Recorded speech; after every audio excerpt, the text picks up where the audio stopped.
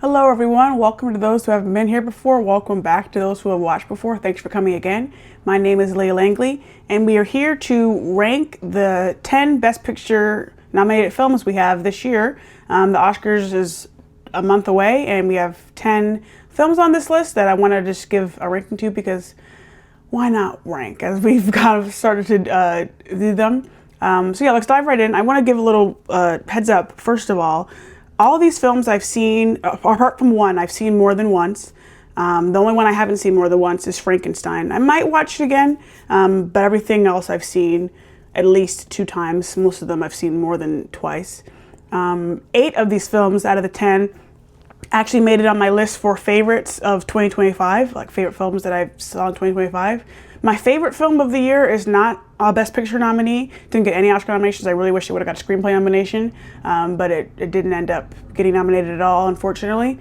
But we still have 10 films here we're going to rank. A lot of them I think are just like fantastic films, and again, they were all my favorites of the year, so that's great. Let's not waste any more time and really just dive right in. So we're going from 10 to 1. So the number 10 Best Picture ranking film I have, F1. This is an easy choice to have this one here. Honestly, in the lead up to the Oscar nominations, there were some like rumblings of F1 maybe sneaking in to get a Best Picture nomination, and I really don't think they deserved it. I think the sound design was good on it and things like that, but like there was a lot of downfalls with it. I will say I did give it. It was one of my favorite movies of the year, and I think solely because I saw the film twice in the cinemas, like right around my birthday.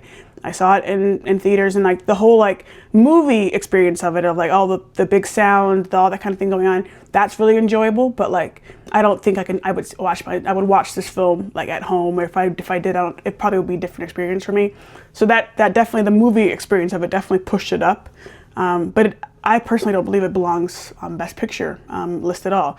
I would have loved to see another Best Picture nomination, or a Best Picture nomination to go to a film like No Other Choice that got no nominations, or it was just an accident that didn't get a Best Picture nomination. F1 I don't think belonged here at all. So that was kind of an easy choice, even though again it was on my favorites of the year. I really enjoyed that movie going experience.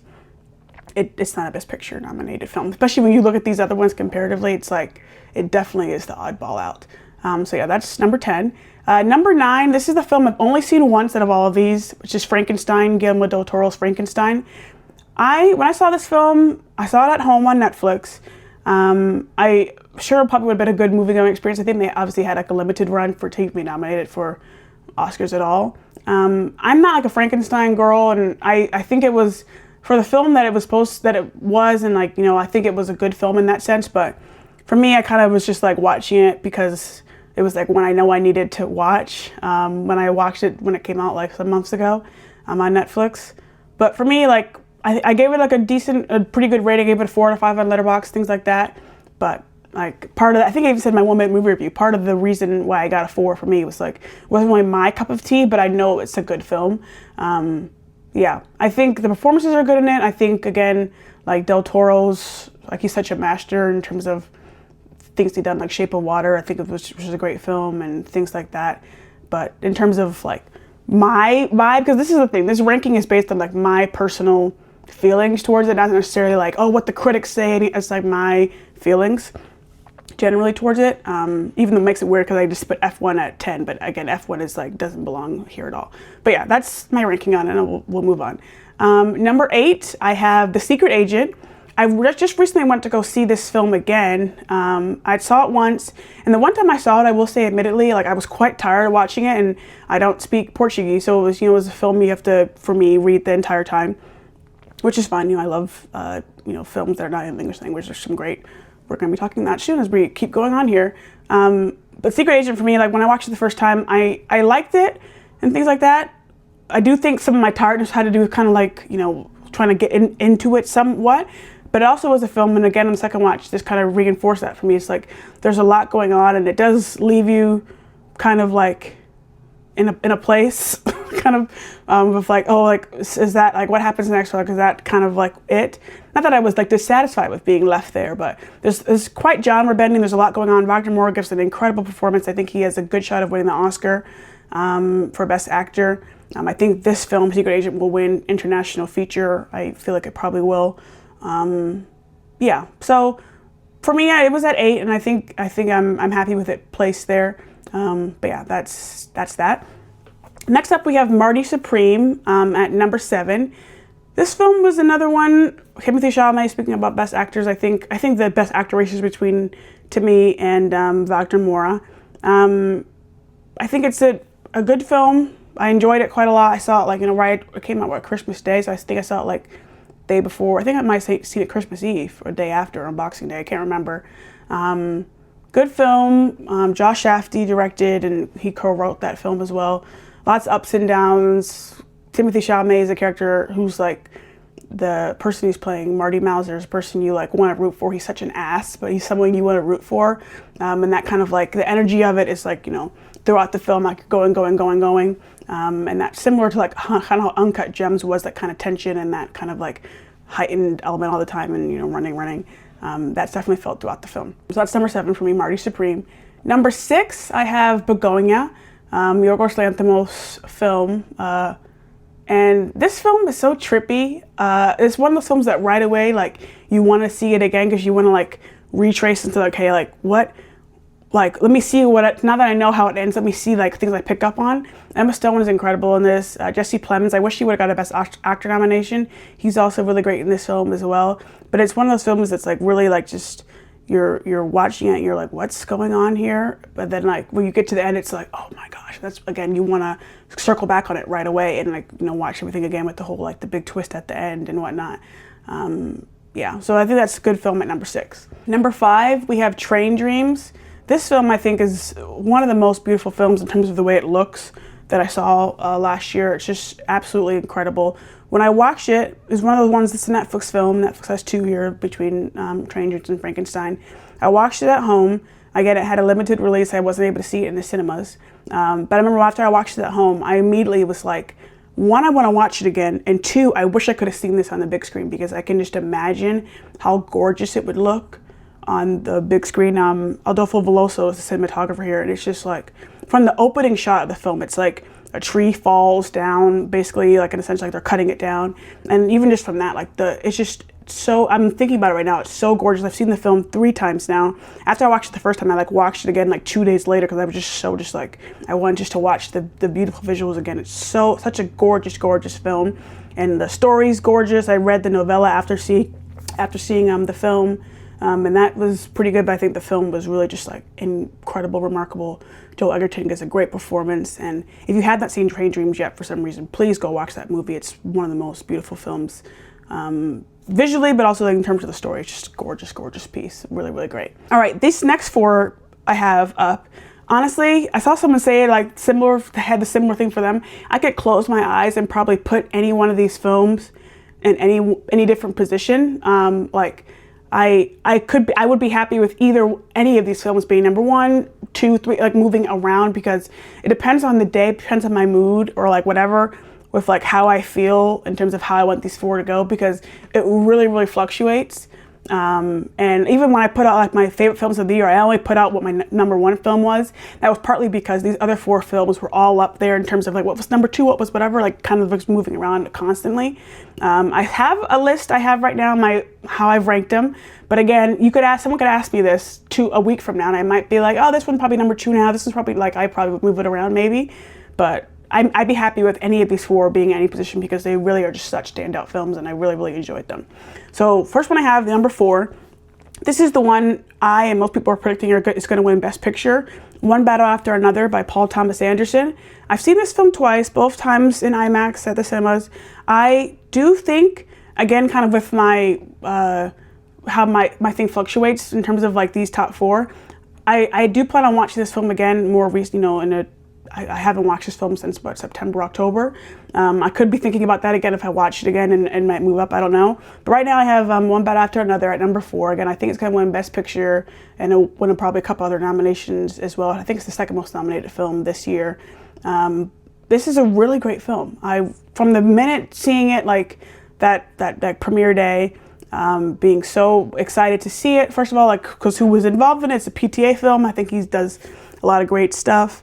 And right away, it really grabs you. I think Tiana Taylor is fantastic in this film. That first, like, little under 30 minutes that she has is just, like, she's just a knockout in that beginning, and then obviously the continues on, and all the layers in the story are so incredible. And Regina Hall, such a small piece in this film, but she is so great, I feel like, in her little pieces. Leo, obviously, he's doing really great. Benicio del Toro was in there. Sean Penn, this like villain that he plays it so wonderfully. Chasing Findy, I wish she would have got a Best Actress nomination. I was really gutted for her about that. She was incredible in this film. It's just all around really great. Like I said, I need to watch it again soon because it's been some months. This is just a really great piece. And again, I have it at number 4 today, but it's one that I'd be happy to shift all over the place. Number 3, I have Hamnet, directed by Chloe Zhao. This film, for me, I said in my 1-minute movie review, and as I did some other videos on this film as well. Coming into it, I heard a lot of people saying, oh, because it came out like right around Thanksgiving time, and I was in Michigan, and you know, they didn't have Michigan Heart, like they don't have access to the films in terms of like if it was going to be early, like a week early. Like if I would have been here, I would have been able to see it early, but I was in Michigan and like for like a week, so I missed it. So I saw it like a week or so after it had been out, kind of like on a wide scale. So I had heard a lot of people who have been saying this film, like, you're gonna just sob, and I was like, okay, like I'm a crier in general. Like I'll cry at a film, I'll cry. Okay, so I kind of was like, okay, like I might cry watching this, but like let's just see, like it's not gonna be an inherent thing. Like I'll cry if it's like worth the cry type vibe. So I go, I'm excited to see it, and obviously there's the Shakespeare element of it, and they really like they say like William Shakespeare's name once, and after that, like Annis, who Jessie Buckley plays. Jessie Buckley, who'll be winning the Oscar this year for Best Actress, says like Will once or twice. You know, we're going through it, whatever. We get through the film. I think the whole film is beautiful, but a lot of people were talking about really the third act of the film is really what sealed this whole film, but also just the experience for me, because obviously there were sad moments in the lead up in terms of like, you know, the young boy dying, things like that. But really it was the last, like, not even the fun, like really the last 10 minutes is what had me go, oh wait, like I won't go into the whole, people have seen the film, I'm sure, and if you haven't, I don't want to mess it up for you, I guess, I don't know. But that's that last 10 minutes of the film, like when Jessie reaches out and touches Noah Jupe playing Hamlet on the stage, is when I started to be like, oh wait, and I literally started just like to kind of cry and weep. And in the lead up, I was like, I haven't read Hamlet. I actually just got Hamnet, the book, from the library like 2 days ago. I'm going to be reading that very soon. I'm really looking forward to it. I'm going to also watch Hamlet and maybe read it as well. Probably will do both. Anyway, I'm going on here. This film though, like when she reached out and touched him, I was like, oh, like I was kind of a little bit confused. They were playing Hamlet, like they were doing it, and I kind of was like, I'm not a Shakespeare girl. Like I've read a couple Shakespeare things, I've seen some plays and things like that, but I'm not really a Shakespeare person, so I kind of was like getting lost a little bit, like what's really going on. But it was like kind of like watching like what else was happening in between, like Will, who Paul Mescal plays, and Annis, who Jessie Buckley plays. And I just literally, at the moment she started to touch him and then we started seeing flashes of their son, things like that, I started to cry. And I literally was crying until I got home. And I sat here, was about to record the video, and I said in my 1 minute movie review as well, I found out that the kid who plays Hamnet and the kid who plays Hamlet, Jacoby Jupe and Noah Jupe, are brothers. And that sent me over the edge even more, like, oh my gosh, the connection's there. And I literally was just sobbing. I gave that review I gave that film the day I saw it, I gave it 4.5 out of 5 on Letterboxd, right? And I think part of that half star was because of the slight disconnect I had initially in terms of like, I was trying to focus too much on like the language of like the Shakespeare aspect of it, of like when they were playing Hamlet on the stage and things like that and whatnot. But then it really came about for me, like, what was it? It was, I watched it again. Second time I went with my mother over the Christmas like period. I went with my mother, and the scene like when Hamnet passes, my mom and I were like, I was kind of tearing up around then too, because I kept thinking about Hamnet, whatever. My mom like made this sound as well, not like a loud sound, but like when Hamnet dies, and as Jessie Buckley is like literally that scene where she's like, you know, everyone knows that scene. If you haven't seen the film, you need to see the film, please. I was crying then, I was crying again, like at the end, things like that. And I kept thinking about this movie. It kept coming to me. I saw Chloe Zhao even before I saw it, talking about how, again, I was getting stuck up on the language a little bit in terms of like them playing out Hamlet in the end. She was like, it's not always about, like, she was talking about how English isn't her first language, and it isn't always about how Shakespeare isn't always about, like, being word perfect or getting the things exactly. It's about what it makes you feel, all these kind of things. And I was leaning into that more, and just, I kept thinking about the piece over and over and over, literally over the past several weeks after seeing it again with my mother. And I ended up shifting it to a 5-star rather than just 4.5. And it really stayed there because, again, the way it's made me feel, and really in terms of the way it's stayed with me for so long. And I keep, even me just right now, I have it at number 3 right now, and I was battling, should I move it up more, because I know I could talk about it for a while, and I've been talking about this film longer than any other film I have on the list. It's something I was like, this is definitely a 5-star. I don't know why I was thinking putting it as a 4.5. I don't know what that even was about. I think that was, again, me getting caught up a little bit too much in terms of, like, language aspect rather than, like, the genuine feeling. And even just me knowing that I was crying as much as I did. Not saying that, oh, you make me cry, you're gonna get a 5-star. Not even just like that, but just the way it's literally stayed with me all these months later. And I, even sitting here today, I wasn't even planning on going into this much depth, that I'm just, like, talking about it and how it made me feel and whatnot in the process of it. I think it's just an incredible film. It's so remarkable, and I have it as number 3 today, but as I said, all of this top 4 could literally shift around depending on the day, depending on the moment. You might be watching this now saying, this is her number 3, but she's talking about this for like 35 minutes. We're in it for 2 and 1, maybe, but it's just incredible. And all of these films, really, especially this top 5, really, you need to watch them if you haven't seen them. All right, number 2, I have a film I just watched again recently after not seeing it since April. So yeah, I saw it twice in April, just watched it again, is Sinners, Ryan Coogler's film. Honestly, this film for me, it always has been around, and it's always been up there in terms of my favorites of the year, in terms of like really high up in my rankings, even though I only really ranked my favorite one. I didn't rank the other ones after that. But I rewatched it because, again, I was like, oh yeah, this is the film of it, like the Best Picture top 10, whatever year that I had seen the longest to go. You know, most times Best Picture Oscar contenders come out like end of the year, and I think partly Sinners was underestimated, and you know, Warner Brothers, I'm sure, was really hanging their hat on one bet after another in terms of their time of the release, its PTA, things like that. I don't think a lot of times April movies don't always get a lot of play in terms of Oscars because it's been so long, and like who really remembers, whatnot. And obviously Sinners was very underestimated in terms of like box office and things like that. I saw it twice in the cinemas, loved it, 5-star right away, loved it. But I said I need to watch this again. I haven't seen this in so long, I need to watch this again. So I watched it again probably a week or 2 ago, and honestly watched it again, really just like was just like, oh my, this is why this film is so incredible. It's so incredible. Watching it again, I really was just like, it's like so many things going on. There's drama, there's like the vampire elements of it, there's the music elements of it. It's just so beautiful from top down. It broke the record for most nominations at the Oscars, and you know, you damn well know why you watch this film. It has 16 nominations this year. It's remarkable. Like watching again really for me was like, this film, I always had it up on my list, and it was always in the conversation, obviously, but like to be fully reminded again of like how, outside of just like seeing clips around, because I've obviously seen a lot of clips going around, particularly of like that whole like music history type scene, I forget how they describe it, or other little things like that. But seeing the whole piece together in terms of like everything coming together in this film is just so remarkable. It's so freaking good, and I so enjoyed watching that again the other week, and it's fantastic.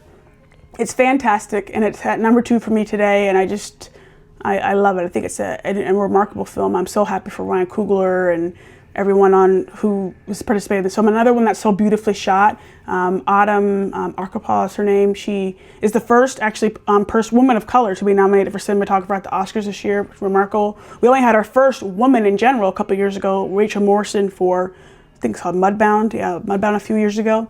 And Rachel Morrison actually is the person who connected Autumn and Ryan together. Fantastic. Sinners, remarkable. The score, the set design, the costume design, the great Ruthie Carter, the screenplay, Ryan Coogler, so many things. This film is just off the charts. Exceptional. Fabulous, fabulous, fabulous. I'm so happy for it. And number 1 that I have on my list for today is Sentimental Value. This is the Joachim Trier film. This film was just beautiful, wonderful, fabulous. and one that again was one that made me cry. In the cinema I did well, I didn't cry in the moment. When I got home though, when I was thinking again about really the scene for me that really has stayed with me and stayed with a lot of people was the scene towards the end of Nora and, I forget what her sister's name is. Nora is Renata Reinsva plays, and Inga Ibiester Ilians is the younger sister. They have this beautiful scene where Inga comes and checks on Renata's character, and they read this scene that their father had wrote, trying to get Renata to do this project with him, all these kind of things. And they have this beautiful scene that I feel like so well in that couple minutes really captures sisterhood in a way, in terms of like, especially the big little sister dynamic in some sense. And that one really just like stuck with me, and really just really, I remember talking about it when I got home on video, did my 1 minute review, my kind of like additional talking about it, tearing up, thinking about my sister. I have an older sister, and thinking about her and thinking about us, and and whatnot. Even if it's like not exactly how it is in that situation in that film, it's just like, I think anyone who has a sister, I think that moment, it really, anyone who has siblings in general, I really think if you have a sister and you are a sister, I think if it's two sisters or sisters, whatever like that, it really can just pull at you just immediately.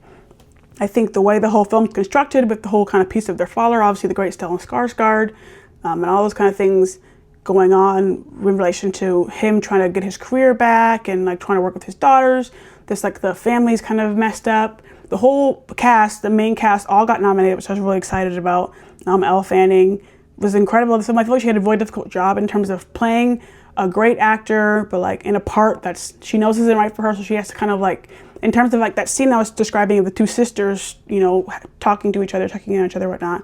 Renata's reading this piece that is a part really written for her that she rejected. It's supposed to be in Norwegian and all this kind of thing. She's reading it, and you see the way she reads it and the way she's emoting and whatnot. And then from before, we saw Elle Fanning reading this piece as Rachel Morrison, this actor who kind of got put in there in terms of just someone that we needed to kind of keep the thing going, get the financing, whatever.